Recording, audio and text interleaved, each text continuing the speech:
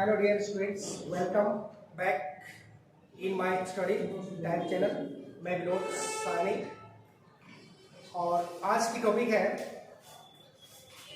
Complete equation and balance. ये बहुत important topic है क्लास 10 के लिए, जिसमें बच्चों को थोड़ी सी डिफिकल्टी होती है कि इक्वेशंस को जो फॉर्म करी जाती है, जैसे रिएक्टेंट भी होगा और प्रोडक्ट बनाएंगे, प्रोडक्ट भी बनाने सीखेंगे। इसके साथ साथ इसको हम बैलेंस करेंगे। जैसे मैंने लिख दिया कंप्लीट इक्वेशन एंड बैलेंस करेंगे। तो यहाँ पर इसलिए छोड़ दिया कि ये मैं सिखाऊंगा किस तरह से ये रिएक्टेंट से ये प्रोडक्ट आपका बनता है। ये भी हम आज सीखेंगे और उसको बैलेंस करने में सीखेंगे। आज का छोटा सा टॉपिक यही रहेगा और कुछ इस पे इंपॉर्टेंट टॉपिक मैं बता दे रहा हूँ कि इसको आपको समझने के लिए थोड़ी सी आपको प्रैक्टिस करने की आवश्यकता है। मुझे उम्मीद है कि आप 10th क्लास का प्रिपरेशन लगभग कंप्लीट करनी है और तो ये आपको याद भी होगा रिएक्टिविटी सीरीज कि इसको अगर आपको कंप्लीट करना है इसको प्रोडक्ट, तो इसे हमें रिएक्टिविटी सीरीज का नॉलेज होना बहुत जरूरी है। मेन इसका ये सीरीज है, अगर ये आपको कंफर्म है तो आप इसको बना पाएंगे। इसके अलावा मैं इक्वेशन को बैलेंस करते चलूंगा, इक्वेशन को मैं कंप्लीट करूंगा, उसके साथ साथ बैलेंस भी करूंगा और किस तरह कंप्लीट होगा उसको मुझे पूछना है। ये जो सीरीज बनी हुई है, इसमें जो सीरीज दिया वो आपको इसी सीरीज में आपको याद करना है। सबसे पहले आपको रिएक्टिविटी सीरीज के बारे समझा दे रहा हूँ। देखिए जो सीरीज बनी इस तरह आपको याद करना होगा। सबसे पहले हाई रिएक्टिव एलिमेंट जो होता है ना, वो पोटेशियम होता है। हालांकि वो एलिमेंट है, ये सारे एलिमेंट मेटल का है, इसमें नॉन मेटल को इंक्लूड नहीं किया गया। तो ये रिएक्टिविटी सीरीज मेटल का है।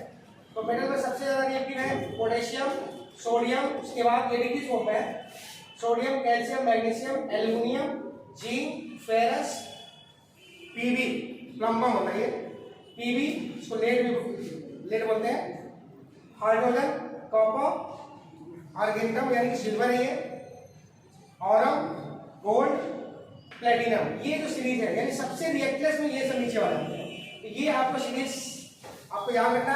हालांकि मैंने यहाँ जानबूझ के लिख दिया कि इसको अगर प्रैक्टिस नहीं, आपके पास याद नहीं हो तो आप इसको देख कर यहाँ से कंप्लीट करेंगे। तो शुरू करते हैं। सबसे पहले इसमें ट्री क्या होगा, सबसे पहले आपको इसमें जाना है। इसका अगर ये प्रोडक्ट से आपको रिएक्टेंट से आपको जो प्रोडक्ट बनाना है, इसमें आपको किस तरह से वर्क करना है पहले समझिए। पिछले वीडियो में मैंने वीडियो बनाया, उसमें वैलेंसी निकालने मैंने सिखाया है। वैलेंसी, तो वैलेंसी आपका पॉजिटिव भी होता है और नेगेटिव होता है। पॉजिटिव नेगेटिव अगर जानेंगे तभी आप इसको कंप्लीट कर पाएंगे। पॉजिटिव नेगेटिव का मतलब ये होता है कि कुछ इलेक्ट्रॉन जो शेयर होते हैं, मतलब डोनेट किए जाते हैं, उसको पॉजिटिव चार्ज करता है और जो गेन करता है, एक्सेप्ट करता है, उसको नेगेटिव चार्ज करता है। और सबसे इंपॉर्टेंट चीज होती है कि कोई भी आप कंपाउंड बनाते हैं, जैसे आपने H2O बनाया या फिर CO बनाया, CO2 बनाया, इसमें हमेशा याद रखिएगा जो भी कंपाउंड बनते हैं उसमें मेनली पॉजिटिव और नेगेटिव का कॉम्बिनेशन होता है, तो वो कंपाउंड फॉर्म होता है। तो यहाँ भी जो भी कंपाउंड बने इसमें कुछ पार्ट पॉजिटिव होगा, एक पार्ट पॉजिटिव और दूसरा पार्ट नेगेटिव होगा। तो ये पॉजिटिव नेगेटिव के अकॉर्डिंग हम इसको कंप्लीट करेंगे, ध्यान रखिएगा।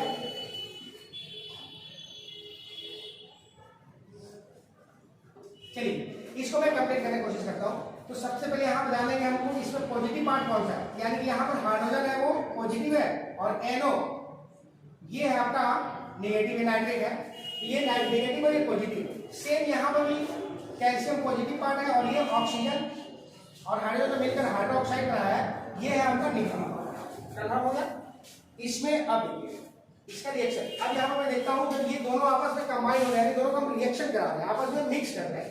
तो मिक्स करने के बाद ये रिएक्टिविटी सीरीज के बेस पर ये आपस में आयंस को चेंज करेंगे, ट्रांसफर करेंगे। जो हाईली रिएक्टिव एलिमेंट होगा वो दूसरे लो रिएक्टिव एलिमेंट को ट्रांसफर करेगा। यहाँ पर चेक करता हूँ, यहाँ पर पॉजिटिव में कौन है कैल्शियम, यहाँ पॉजिटिव में कौन है हाइड्रोजन। और हमें पता है कि same ion same charge positive हो रिपल्शन होगा या फिर नेगेटिव हो तो रिपल्शन होगा, यानी वो दोनों आपस में कभी कंबाइन नहीं हो सकते। यानी एक पॉजिटिव और एक नेगेटिव होगा तभी वो कंपाउंड बनेगा। तो देखिए यहाँ पर कैल्शियम और हाइड्रोजन दोनों पॉजिटिव है, इन दोनों में से रिएक्टिव कौन है मैं यहाँ चेक करता हूँ। तो कैल्शियम का पोजीशन यहाँ पर है और हाइड्रोजन का यहाँ पर है, यानी कि बहुत ही टॉप लेवल पर कैल्शियम और बहुत ही बॉटम में हाइड्रोजन है, यानी कि कैल्शियम ज्यादा रिएक्टिव है हाइड्रोजन से। तो यहाँ देखिए कैल्शियम ज्यादा रिएक्टिव है हाइड्रोजन से, तो कैल्शियम इसको डिस्प्लेस करेगा। यानी कैल्शियम हाइड्रोजन को डिस्प्लेस करेगा। तो कैल्शियम आ गया H के पास, तो लिखूंगा मैं कैल्शियम। इसके बाद ये H यहाँ से डिस्प्लेस होगा, तो H जब पॉजिटिव पॉजिटिव पड़ा है, ये पॉजिटिव इस नेगेटिव के पास आएगा, यानी कैल्शियम का एक पोजीशन ले लेगा। तो कैल्शियम यहाँ आया, तो इसके पास पहले से कितना था नेगेटिव चार्ज में NO3।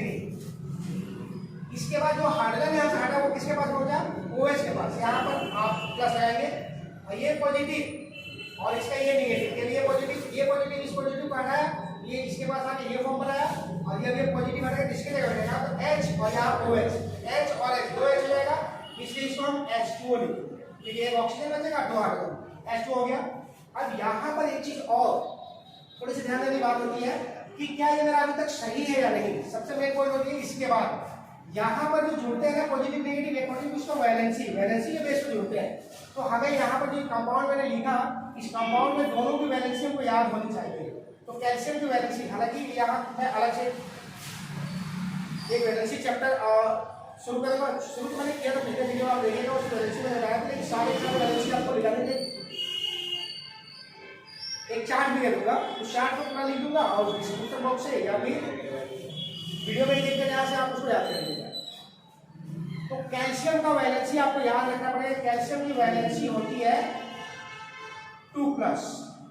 अब ये कैसे वैलेंसी लिखना है, इसको आप एक वीडियो मैंने बनाया है, वैलेंसी कैसे फाइंड करते हैं, उस वीडियो को आप देखकर वहां से वैलेंसी आप फाइंड करेंगे। इसकी वैलेंसी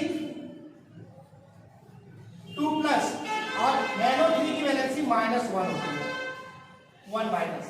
अब ये वैलेंसी जो है इसको क्रॉस मल्टीप्लाई करते हैं, क्रॉस मल्टीप्लाई ये वैलेंसी इसमें है और ये वैलेंसी इसमें, क्रॉस मल्टीप्लाई करेंगे तो यहाँ पर हमको लिखना नहीं है, तो जब दोनों के साथ मल्टीप्लाई होगी ये दोनों के नीचे 2 आ जाएगा।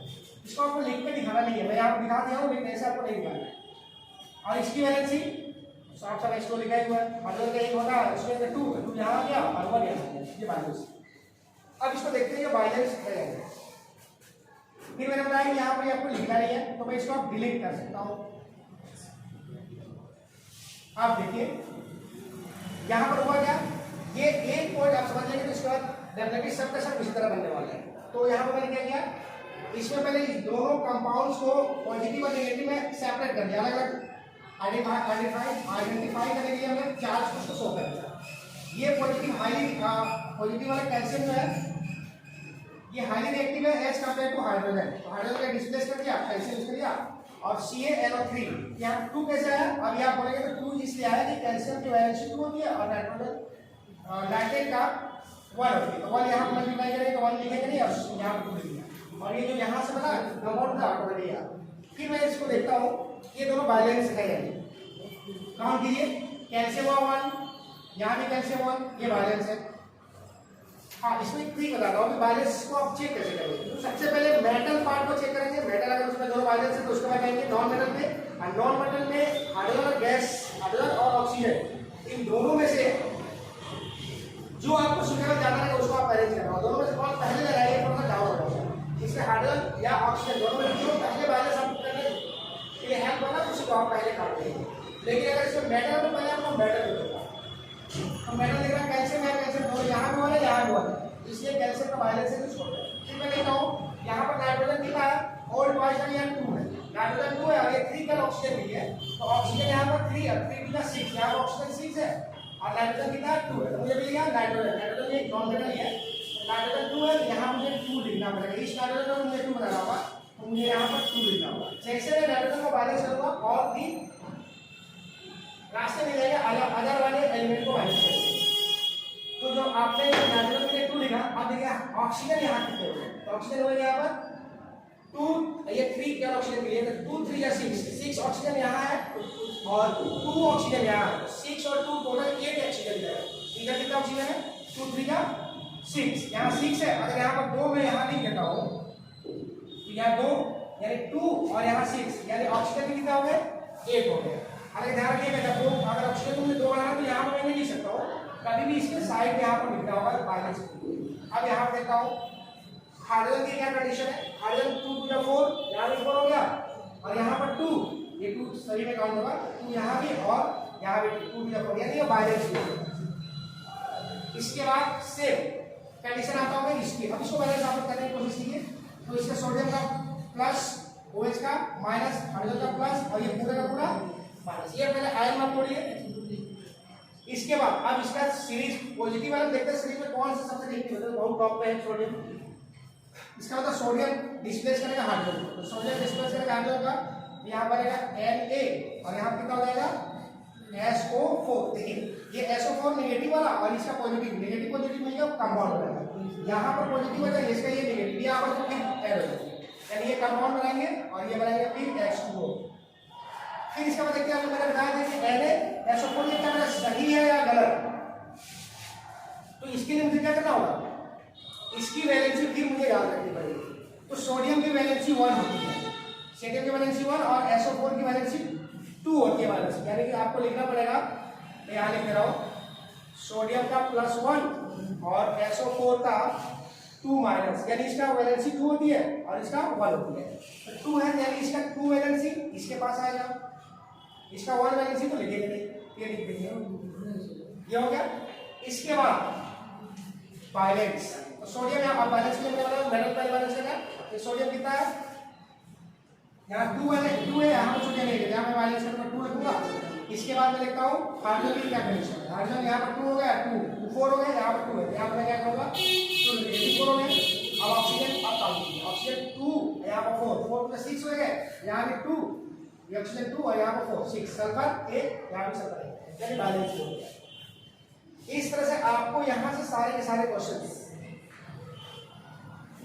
भी आपको बनाने हैं। अब ये मैं आप लोगों के लिए होमवर्क छोड़ूंगा, इसमें इसको भी होमवर्क छोड़ दे रहा हूँ और फिर मैं इसको बना देता हूँ, उसको आप ट्राई कीजिएगा। ट्राई करने में अगर समझ में आ रहा तो बना पाएंगे, नहीं समझ में आएगा तो आपको कमेंट बॉक्स में फिर से आपको लिखिए कहाँ पर दिक्कत होगी।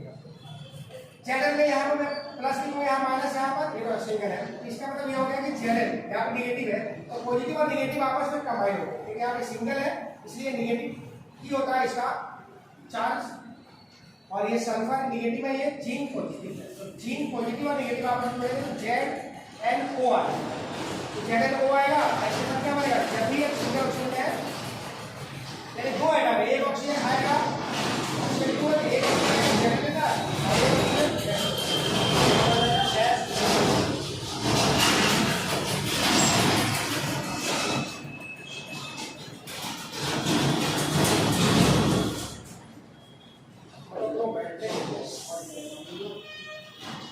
यहाँ पे देखिए इसका ट्रिक इसमें है कि Zn जब भी Zn जिंक सल्फाइड है, ये Zn के साथ नेगेटिव है, Zn के साथ सल्फर नेगेटिव है और ये पॉजिटिव है, पॉजिटिव और इसका नेगेटिव, ये दोनों आपस में देख सकते हैं Zn बनेगा। अब यहाँ पे वैलेंसी में यहाँ पे इसकी वैलेंसी 2 होती है, इसकी वैलेंसी 2 होती है, 2 और 2 कैंसिल आउट होगा, इसका क्रॉस कोई बना नहीं होगा।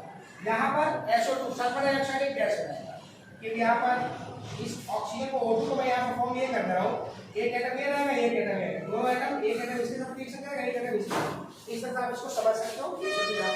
दोनों ये ऑप्शन दोनों के लिए आया है, यहाँ आप इसको इजीली इस तरह से समझ सकते हो। हालांकि ये ट्रिक है इसको बनाने का तरीका, लेकिन आपको यहीं से समझना होगा कि ZnO + SO2 यहाँ पर क्यों नहीं यहाँ पर क्रॉस मल्टीप्लाई हुआ, इसलिए कि यहाँ पे वैलेंसी 2 है, यहाँ पे वैलेंसी 2 है, तो 2 कैंसिल हो गया।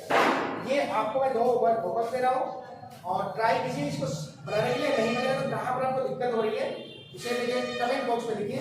अगर ये आपको समझ में आया तो डेफिनेटली इसको आप लाइक कीजिए और शेयर करें, मैं अभी बोलूँगा और ज़्यादा आपको इंटरेस्ट लगने लगेगा तो डेफिनेटली इसको आपको शेयर करना ही है। That's all, thank you.